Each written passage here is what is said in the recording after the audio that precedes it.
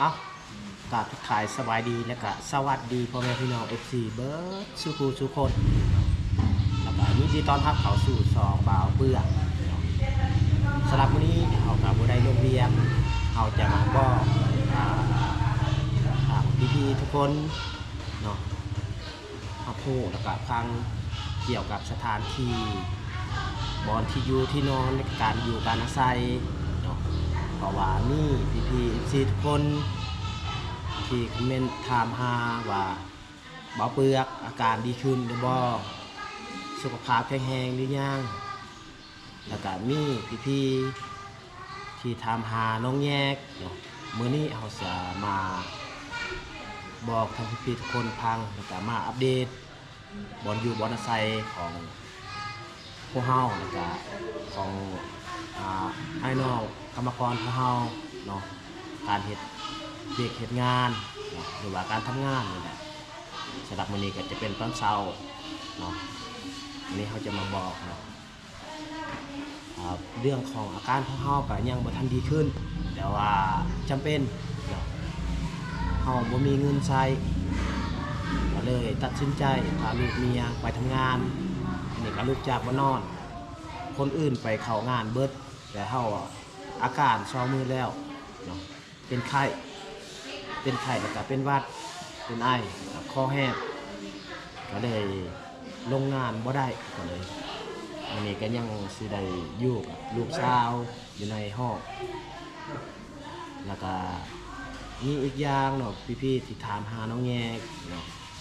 เพราะว่าน้องแยกก็ลงทำงานอยู่เขตปากซองคือกันวันนี้เขาจะมาบอกเนาะเพราะว่ามี FC ที่ถามหาว่าบ่าวเปื้อกับน้องแยกอยู่นำกันแต่ว่าพวกเฮาบ่ได้อยู่นำกันน้องแยกก็คืออยู่ลักษิพาหุ้นอยู่ห้วยกองเฮาก็อยู่8Sเฮาก็เก็บกระเพาะน้องแยกก็คือเสียหญ้าฉะนั้นเขาจะมาบอกทุกคนฟังแต่ว่าเขาได้ยินนั้นพวกหัวหน้าหรือว่านายจ้างว่าเมื่อวานนี้เนาะเพราะว่าราคาเก็บกระเพาะก็ตกเกตแล้วเขาสิให้ 2,000 ต่อโลแล้วก็บางเทื่อก็มื้ออื่นฮู้เขาสิบ่ให้เฮ็ดงานอีกเขาสิงดงานแต่บ่งงว่าเฮานี่สิเฮ็ดงานอย่างใดเขาให้พัก10มื้อหรือว่าเฮ็ดต่อเฮาสิบ่มีเงินกินแล้วก็บ่มีเงินสิซื้อข้าวกินเงินที่เฮาเฮ็ดเวียกผ่านมาได้ประมาณ10 มื้อก็ได้อยู่2ล้านซื้อข้าวกินยังเก็บไว้500,000กีบมื้อนี้ก็สุขภาพเฮาสิเจ็บคืนอีกหรือว่าปวดคืนอีกบ่ฮู้ว่าสิไปเช็คสุขภาพอยู่ทางใดมื้อนี้ก็ได้พักเฮ็ดเวียกแล้วก็มาอัปเดตให้พี่ๆเบิ่งการอยู่การอาศัยทางพี่น้องกรรมกรของเฮาที่มาทำงานอยู่บริษัทเวียดนามเนาะไปทุกคนไปเบิ่งไปชมบรรยากาศในอ้อมแอมที่พวกเฮาอยู่นี่แหละเพราะว่าเฮาบ่มีคลิปลงเนาะเพราะว่าคลิปก็ 3-4 มื้อได้ลงเทื่อนึงมีบอลไปเฮ็ดคลิปเพราะว่านายจ้างเพิ่นคุมงานหลายไปพี่น้องไปเบิ่งบรรยากาศในนอกนี่แหละอันนี้จะแม่นบอลอยู่บนนอนของเฮานี่มีบางคนนอนกลางไผบัดนอนอยู่ในแต่บางคนก็นอนเกือกอยู่ขี้ดินเลยนี่อันนี้ก็จะแม่นน้องๆ ขออภัยพี่น้องเอ้ยเป็นไอแล้วก็เป็นไข้น้ำอันนี้ก็จะแม่นไอ้น้องกรรมกรที่มาเฮ็ดเวียกก็ได้นอนเกือกอยู่บอนเขาเทนี่แหละเพราะว่าเขาบ่ได้ซื้อเต้น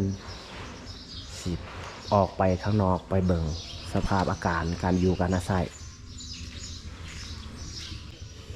ตอนนี้ก็บรรยากาศแดดออกแล้ว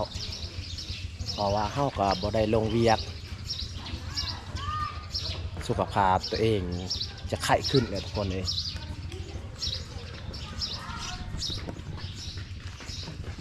นี่มองนี้ก็มีคนนอนอยู่ข้างใน เนาะสถานที่นี้ก็คือบ่อนึ่งข้าวนึ่งน้ำแต่ละคนตอนเช้าๆก็ได้ไปนึ่งข้าวมงนี้แหละนี่บรรยากาศตอนเช้า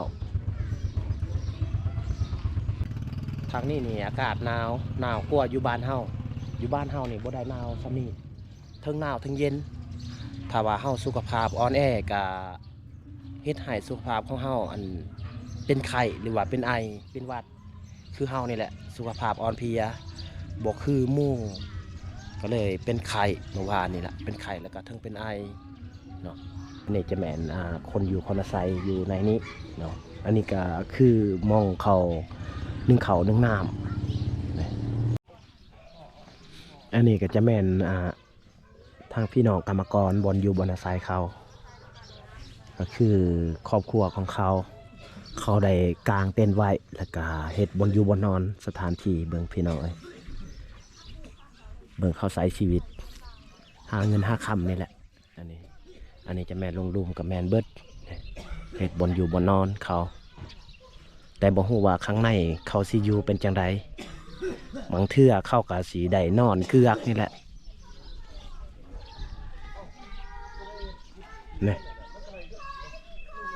นี่เขาอยู่เบิ่งเพื่อนกรรมกรนี่ว่านี่คือสงสารชีวิตเฮากรรมกรแบบนี้แหละนี่บรรยากาศตอนเช้าพี่น้องเอ้ยเฮาก็มื้อนี้บ่ได้ลงเวียกทุกคนก็มาอัปเดตให้พี่ๆฮู้พี่เห็นเนาะเกี่ยวกับสภาพอาการทางเพื่อนๆกรรมกรที่มาเฮ็ดเวียกเฮาก็ครั้งแรกในชีวิตมาทำงานมาเฮ็ดเวียกในขอบเขตนี้อันนี้ก็คือครอบครัวเพิ่นผู้หนึงบอนอยู่บอนอาศัยเนี่ย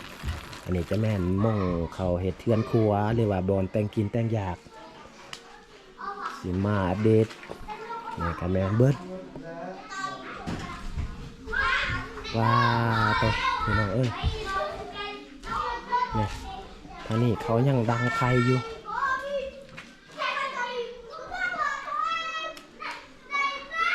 อันนี้ก็สงสัยประมาณ 2-3 ครอบครัวเข้ามานึ่งเขานึ่งน้ำในมองนี้นี่พี่น้องเบิ่งบ่นอนของเขาเนาะก็คือ2ผัวเมียเขานอนอยู่ข้างในนี่จะแม่นเขาเกือกอยู่ในดินเลยเวลาฝนตกนี่อาจจะหัวมุงนี่นะทางนี้ก็แม่นเบิด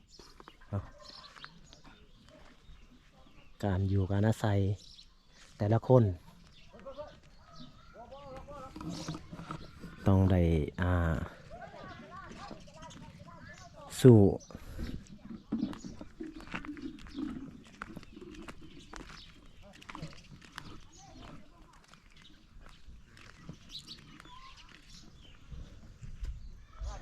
เท่านี้ก็แม่นเบิดก็คือบอนอยู่บอนนอนของเพื่อนๆกรรมกรนี่แหละเวลาฝนตกหนาจะหัว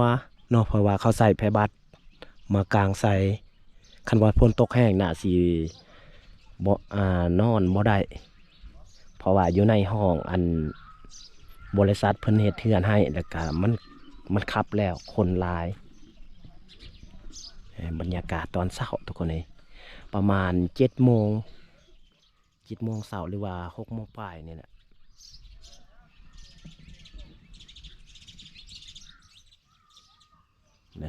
อยู่นี่ก็คือสวนกาแฟเพราะว่าได้ยินว่านะเว้ามาว่านี่เขาสีงดงานเพราะว่ากาแฟยังบ่ทันสุกหลายคนกรรมกรหลายโพดก็เลยเขาพัก10 มื้อเขาพักคือว่าส่วนของเฮานี่สิเอาเข้ามาแต่ไสมากินใน10 มื้อถ้าว่าบ่ลงเวียกเฮามานี่เฮาก็อยากลงเวียกอยากเฮ็ดงานแต่นายจ้างเพิ่นจะงดเวียกเพิ่นสิบ่ให้ลงเพราะว่ามากะเพยังบ่ทันสุกเบิดบ่ฮู้ว่าสิเฮ็ดแนวใดต่ออันนี้ก็คือมองเขาปลูกดอกไม้บ่ฮู้สาเหตุหยังเขาเฮ็ดเทือนน้อยๆเนาะบางเทื่อเอกลักษณ์ของคนเวียด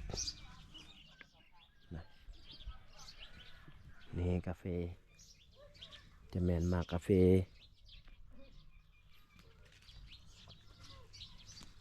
ยังมาทันสุกหลายผักส่วนที่สุกแล้วเขาก็เก็บเบิดนี่อันนี้ยังมาทันสุกปันใดเพราะว่ากาแฟยังมาทันสุกหลายเขาจะงดให้พัก10 มื้อแต่คนอื่นหันเขาสีมีเงินอยู่ดอกเพราะว่าเข้ามาโดนแล้วประมาณเดือนหนึ่งได้ประมาณเดือนหนึ่งแล้วเขาก็กำลังมา10 มื้อได้เงิน2 ล้านกีบซื้อข้าวกินเบิดอย่างเรือ4-5 แสนแต่ว่าเพิ่นสิบ่ให้ลงก็เขาอาจจะสิบ่มีเงินกินเนาะแข่งเป็นไข้ทุกคนเอ้ยเป็นไข้แล้วก็เป็นหวัดเป็นไอเจ็บคอนี่ก็คอแหบอยู่ในกระตูบที่เขาเฮ็ดกันย่างแต่ลูกพ่อแม่เขาไปงานเบิดเอาพ่อแม่พี่น้องสำหรับคลิปนี้ก็เอาสำนีก่อนเนาะต้องขอบอกขอบใจเด้อพ่อแม่พี่น้องผู้คอยติดตามรับชมแล้วก็คอยให้กำลังใจให้บ่เปื่อตลอดเนาะแล้วก็ขอให้อยู่ดีมีแห้งให้สุขภาพแข็งแรงเบิดสุขสุขคนเนาะปรารถนาสิ่งใดก็ขอให้ได้สิ่งนั้นเนาะอย่าเจ็บอย่าจนพี่น้องเอ้ยถ้ามักคลิปนี้ก็อย่าลืมฝากกดไลค์ถ้าทึกใจอย่าลืมฝากกดแชร์เพื่อเป็นกำลังใจให้บ่าวเปื่อคิดคลิปต่อไปขอขอบใจ